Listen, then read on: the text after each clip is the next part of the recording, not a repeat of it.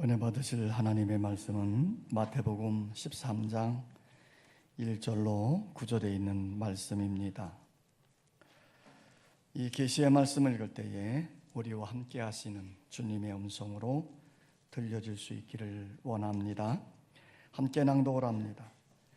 그날 예수께서 집에서 나가사 바닷가에 앉으시매 큰 무리가 그에게로 모여들거늘 예수께서 배에 올라가 앉으시고 온 무리는 해변에 서 있더니 예수께서 비유로 여러 가지를 그들에게 말씀하여 이르시되 씨를 뿌리는 자가 뿌리러 나가서 뿌릴새 더러는 길가에 떨어짐에 새들이 와서 먹어버렸고 더러는 흙이 얕은 돌밭에 떨어짐에 흙이 깊지 아니하므로 곧 싹이 나오나 해가 돋은 후에 타서 뿌리가 없으므로 말랐고 더러는 가시떨기 위에 떨어짐에 가시가 자라서 기운을 막았고 더러는 좋은 땅에 떨어짐에 어떤 것은 100배 어떤 것은 60배 어떤 것은 30배의 결실을 하였느니라. 귀 있는 자는 들으라 하시니라. 8월 한가위 추석 명절입니다. 추석은 풍성한 열매와 결실을 통해서 기뻐하는 명절 날이지요. 풍성함으로 넉넉한 마음을 갖는 아름다운 추석이 되기를 바랍니다. 오늘 예수님은 수십 배, 수백 배의 열매를 맺는 성도들의 모습을 우리들에게 가르쳐주고 있습니다. 한 농부가 있었습니다. 씨앗을 들고 밭으로 나가서 씨앗을 뿌렸지요. 그런데 얼마의 씨앗이 길가에 떨어진 것이에요. 그랬더니 잠시 후에 새들이 날아와서 그 씨앗을 다 먹어치운 것입니다. 길가에 떨어진 씨앗은 열매를 맺지 못한 것이지요. 또 얼마의 씨앗이 흙이 얕은 돌짝밭에 떨어진 것이에요. 그 싹이 나오는데 돌밭이라 뿌리를 깊이 내리지 못한 것입니다. 그래서 뜨거운 태양열이 내려질 때 곧 싹이 말라서 죽어버리고 만 것이지요. 결국 돌밭에 떨어진 씨앗도 열매를 맺지 못한 것이에요. 또 얼마의 씨앗이 가시떨기 위에 떨어졌습니다. 곧 싹이 나서 자라기는 자라는데 옆에 있는 가시나무가 모든 영양분을 다 빼앗아 가므로 이 씨앗은 열매를 맺지 못한 것이에요. 또 얼마의 씨앗이 좋은 땅에 떨어졌습니다. 그 싹이 나서 잘 자라는 겁니다. 꽃이 피고 잘 성장해서 많은 열매들이 맺혀서 30배, 60배, 100배의 결실을 거두게 된 것이에요. 좋은 땅에 떨어진 씨앗만이 풍성한 열매를 맺게 된 것입니다. 오늘 예수님이 이 씨 뿌리는 비유를 말씀하신 이유는 하나님의 말씀을 듣는 성도들의 자세와 태도에 대해서 가르쳐 주시기 위함이었습니다. 먼저 씨를 뿌리는 자에 대해서 생각을 해 보겠습니다. 농부는 씨앗을 들고 가서 밭에 뿌리기만 하면 되는 것이에요. 농부의 책임은 씨앗을 뿌리는 것입니다.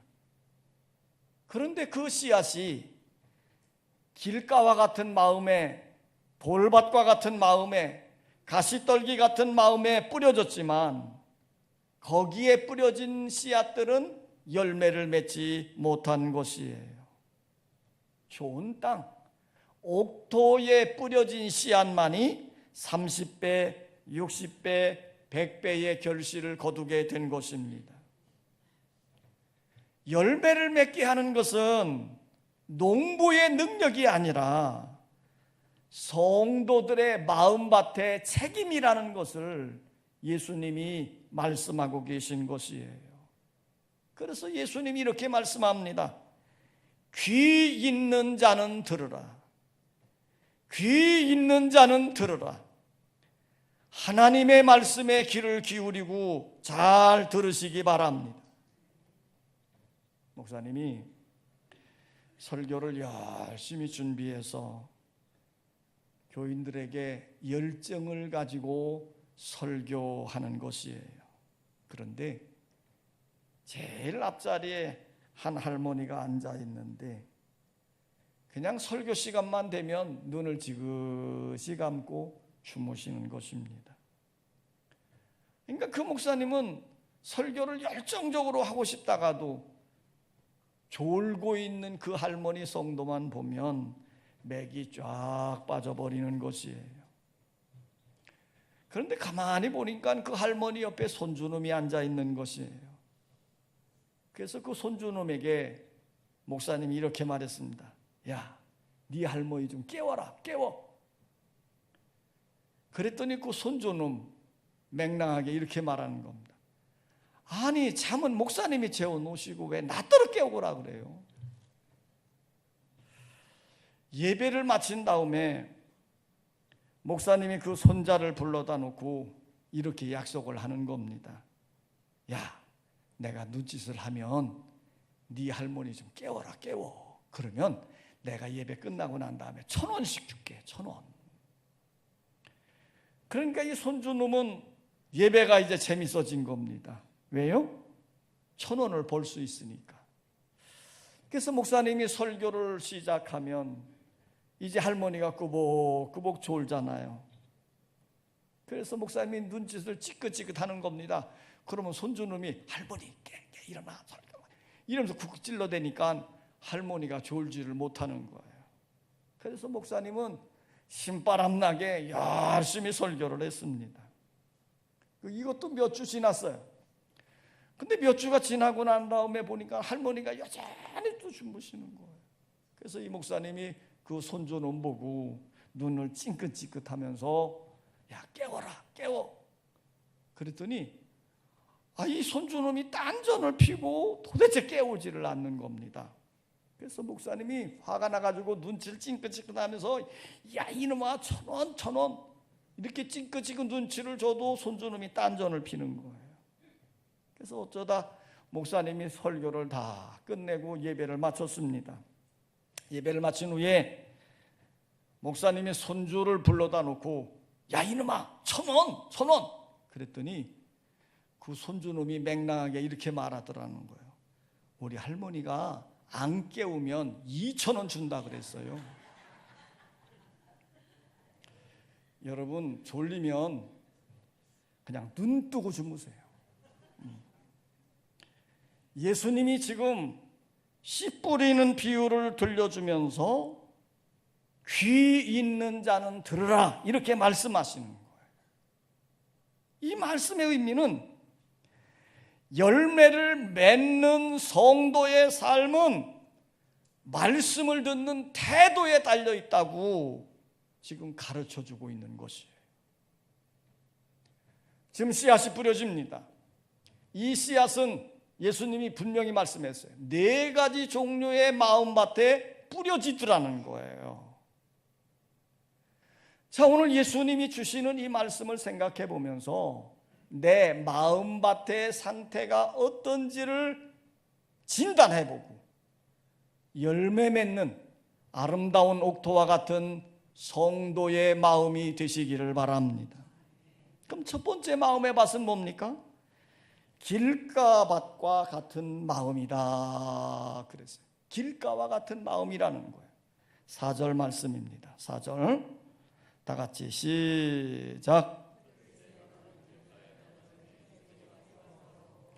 자, 씨를 뿌렸는데 길가에 떨어짐에 새들이 와서 먹어버렸다 이렇게 말했어요. 첫 번째 마음의 밭은 길가와 같은 마음의 밭입니다. 씨가 길가에 떨어졌는데 이 길가에 떨어진 씨앗은 누가 와서 먹어버렸다고요? 새들이 와서 먹어버렸다 그랬습니다. 이것을 자세히 풀어서 설명해 준 부분이 있어요. 19절입니다. 읽지는 않았지만 19절 말씀을 다 같이 봅니다. 19절 시작.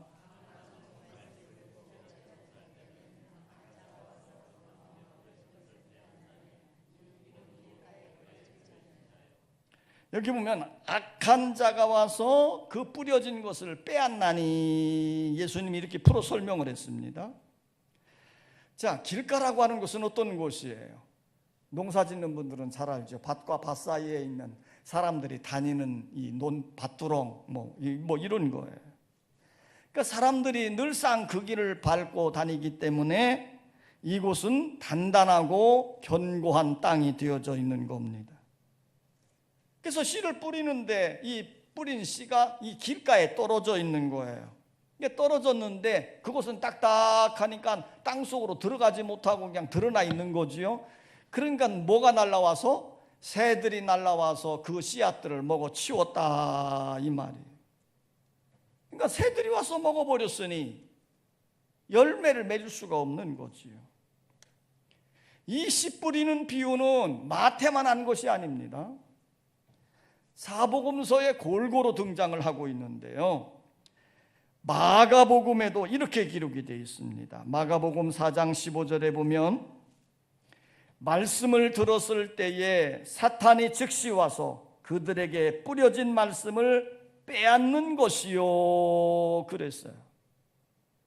자, 마태는 악한 자가 와서 빼앗는다 그랬는데 이 마가복음에 보면 사탄이 와서 빼앗는다 그랬습니다.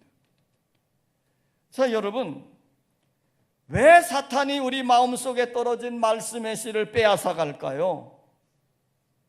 이 씨 뿌리는 비유 누가라고 하는 저자도 역시 8장 12절에서 기록을 해놓고 있는데 이 사탄이 와서 말씀을 빼앗는 이유를 이렇게 설명하고 있습니다. 길가에 있다는 것은 말씀을 들은 자니 이에 마귀가 가서 그들이 믿어 구원을 얻지 못하게 하려고 말씀을 그 마음에서 빼앗는 것이요 그랬어요. 그러니까 사탄이 우리 마음속에 침투해서 우리가 받는 말씀을 빼앗아가는 이유는 뭐냐면 우리가 믿어서 구원을 얻지 못하게 하려고 한다는 것이에요. 우리가 이 길가와 같은 마음밭을 지금 이런 의미로 생각을 하면 됩니다. 사람들이 다니고 또 다녀서 굳어지고 딱딱한 땅, 그곳은 전혀 씨를 받아들일 모습이 아닌 땅이거든요. 이것처럼 우리 사람들의 마음속에 너무너무 많은 사람들의 철학이나 여러 가지 생각들로 지배되어짐으로 말미암아 하나님의 말씀을 받아들일 틈이 없는 마음이다 그 말이에요. 예수님은 길가와 같은 마음에 씨가 뿌려졌는데 이 씨가 땅에 떨어지자마자 새들이 와서 먹어버렸다는 겁니다. 이것을 예수님은 분명히 이렇게 설명했잖아요. 하나님의 말씀을 듣고도 깨닫지 못할 때는 악한 자가 와서 그 마음에 뿌리운 것을 빼앗나니 그랬어요. 자, 왜 하나님의 말씀이 여러분에게 들려지는데 깨달아지고 믿어지는 역사가 없는 것일까요? 그것은 사탄이 와서 그 말씀을 빼앗아가기 때문입니다. 존 버년이라고 하는 중세기에 아주 신실한 믿음의 사람이 있었습니다. 그는 전통적인 종교의식을 지키면서 신앙생활을 잘하던 사람이에요.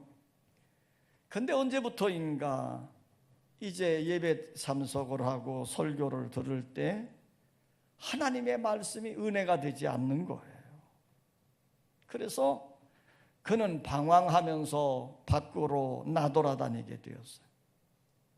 그러던 어느 날 이 존 버너는 성경을 읽는 중에 마가복음 4장 15절 말씀을 읽게 됐습니다. 말씀이 귓가에 뿌리었다는 것은 이들을 가리킴이니 곧 말씀을 들을 때 사탄이 즉시 와서 그들에게 뿌려진 말씀을 빼앗는 것이요. 자, 이 말씀을 읽는 순간 깨달아짐이 확 온 거예요. 그러면서 자신의 잘못된 신앙을 회개하기를 시작한 겁니다. 내가 속았구나. 내가 말씀을 들어도 깨달음이 없고 믿어지지 아니하고 성령의 감동이 없었던 것은 사탄의 역사였구나. 사탄이 내게 주시는 말씀을 빼앗아갔구나. 이 사실을 깨달은 존 버너는 진심으로 회개하는 마음을 갖게 됐습니다. 그리고 항상 말씀을 들을 때마다 그 말씀은 나에게 주시는 하나님의 말씀이다. 오늘 나에게 주시는 하나님의 말씀이다. 이런 마음으로 말씀을 받았고 그 말씀에 순종의 감으로 충실한 믿음의 삶을 살게 되어진 것이에요. 이런 믿음을 살던 존 버넌이 기록한 책이 있습니다. 어떤 책이지요? 그 유명한 철로 역정이란 책이에요. 세계 사상 최고로 많이 읽혀진 책이 뭡니까? 성경이지요. 성경 다음으로 많이 읽혀진 책이 철로 역정이랍니다. 바로 존 버너는 신실한 믿음을 살게 되어졌을 때 그는 철로 역정이라고 하는 성서에 버금가는 책을 기록해 놓고 많은 성도들로 하여금 그들의 믿음을 독려했다는 것입니다. 오늘 여러분, 행여나 내 마음이 길가와 같이 강팍하게 굳어져 있다면 부드러운 옥토의 마음으로 기경해 가시기를 바랍니다. 두 번째 마음의 밭은 돌밭과 돌짝밭과 같은 마음이에요. 자, 5절 말씀을 다 같이 한번 읽습니다. 5절 시작.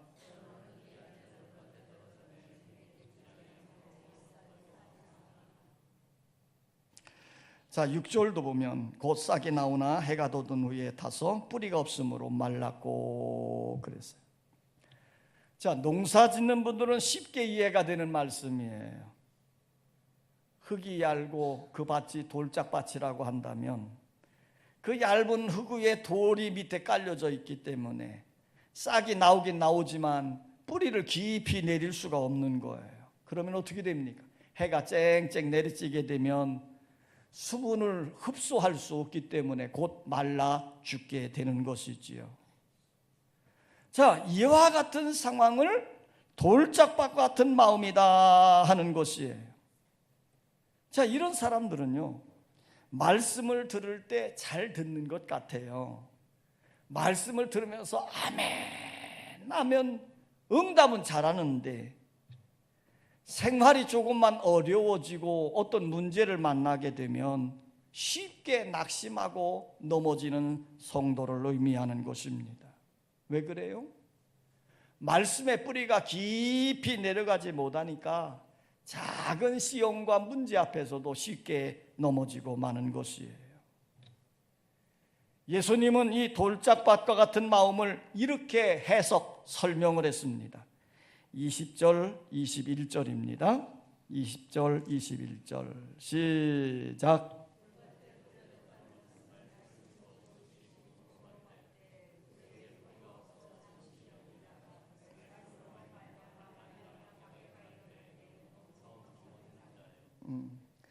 그러니까 돌밭에 뿌려졌다는 것은 말씀을 듣고 기쁨으로 받았지만 뿌리를 깊이 내리지 못해서 환난과 핍박을 만나게 되면 금시 넘어진다, 이렇게 해석을 했어요. 신앙은 영적 싸움입니다. 그러므로 우리가 믿음으로 말씀의 뿌리를 깊이 내리지 않으면 외부에서 일어난 시험이나 문제를 통해서 넘어지고 마는 것이에요. 그러므로 오늘 우리는 하나님의 말씀을 잘 들을 뿐만 아니라 우리의 그 말씀에 대한 믿음을 가짐으로 뿌리를 깊이 내려야 될 줄 믿습니다. 그러면 우리는 어떤 시험과 환난 중에도 넉넉히 이기는 자가 되는 거예요.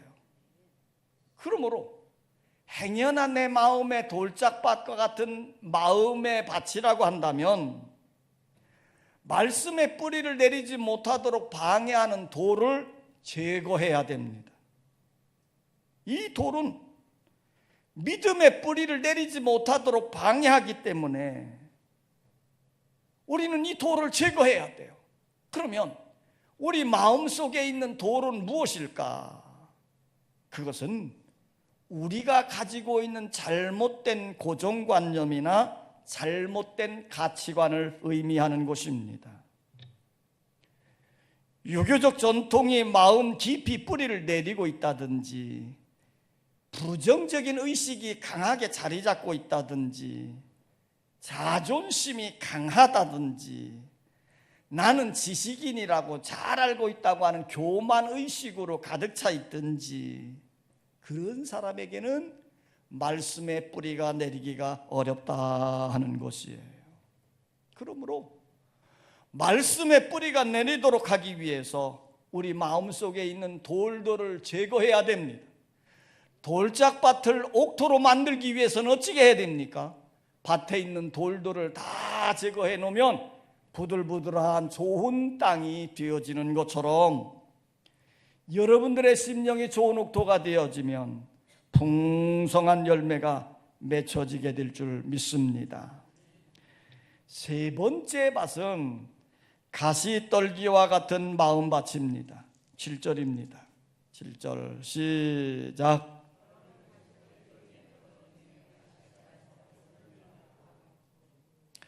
가시떨기 같은 나무가 있는 곳에 뿌려진 씨앗, 싹이 나고 잘 자랍니다. 그런데 문제는 잘 자라가다가 중간에 비실비실해지는 거예요. 왜냐하면 가시나무가 모든 영양분을 다 빼앗아 먹기 때문에 이 씨앗이 열매를 맺을 만한 영양분을 공급받을 수 없기 때문입니다. 예수님은 이것을 이렇게 설명하고 있습니다. 22절입니다. 22절 시작.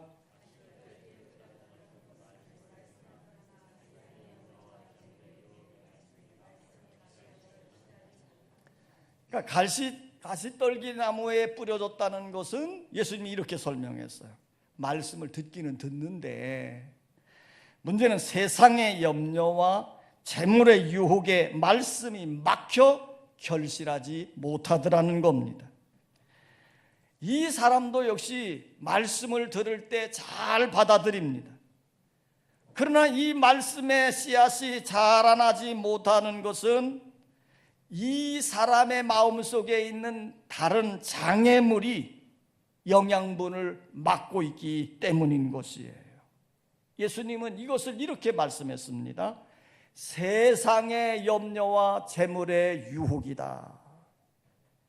세상에 대한 사랑 그리고 물질에 대한 욕심이 하나님의 말씀이 열매를 맺지 못하도록 방해한다는 것이에요.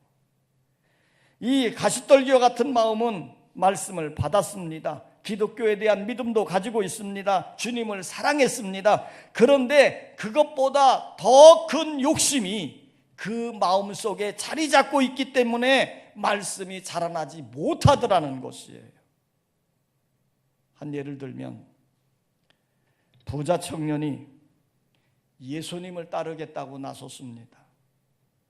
예수님께 와서는 선생님이요, 내가 무슨 선한 일을 하여야 영생을 얻겠습니까? 그때 예수님이 이렇게 말씀했습니다. 내가 생명에 들어가려면 계명들을 지켜라. 그랬더니 이 청년이 이렇게 말하는 겁니다. 내가 이 계명들을 다 지켰는데 아직도 무엇이 부족합니까? 그때 예수님이 이 청년에게 이렇게 말했습니다. 내 소유를 팔아 가난한 자들에게 주라. 그리고 와서 나를 따르라. 그랬더니 이 청년이 그 청년이 재물이 많음으로 이 말씀을 듣고 근심하며 가니라 그랬어요. 여러분, 이 부자 청년에게는 영생에 대한 관심도 있습니다. 제자가 되려고 하는 믿음도 있습니다. 그리고 계명들도 잘 지키었습니다. 그러나 말씀에 대한 열매를 맺지 못한 것은 그 마음속에 재물에 대한 욕심이 그것들보다 더 훨씬 더 컸기 때문인 것이에요. 그래서 성경은 이렇게 말씀합니다. 이는 세상에 있는 모든 것이 육체의 정욕과 안목의 정욕과 이생의 자랑이니 다 아버지께로부터 온 것이 아니요 세상으로부터 온 것이라. 이 세상도 그 정욕도 지나가되 오직 하나님의 뜻을 행하는 자는 영원히 거하느니라. 이 세상도 그 정욕도 그 욕심도 다 지나가는 겁니다. 지나가 버리는 것을 위해 붙들고 있느라 하나님의 말씀을 잊어버리는 자가 되어서는 아니 된다, 이 말이에요.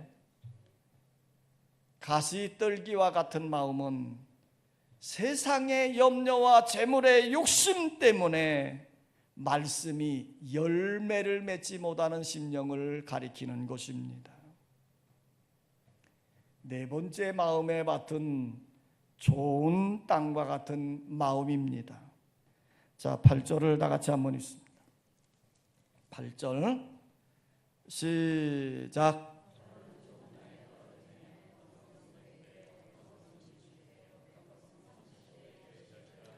자, 좋은 땅에 씨앗이 부러졌는데 거기에서는 이제 싹이 나고 꽃이 피고 열매를 맺어가는데 어떤 것은 100배, 어떤 것은 60배, 어떤 것은 30배 열매를 맺었다는 것입니다.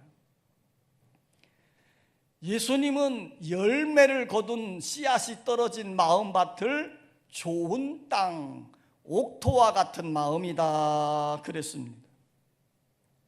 좋은 땅에 떨어진 씨앗만이 열매를 맺었는데 30배, 60배, 100배의 열매를 거두었다고 하는 것입니다. 그러면서 이 좋은 땅에 대한 설명을 이렇게 말씀했지요. 23절입니다. 23절 시작.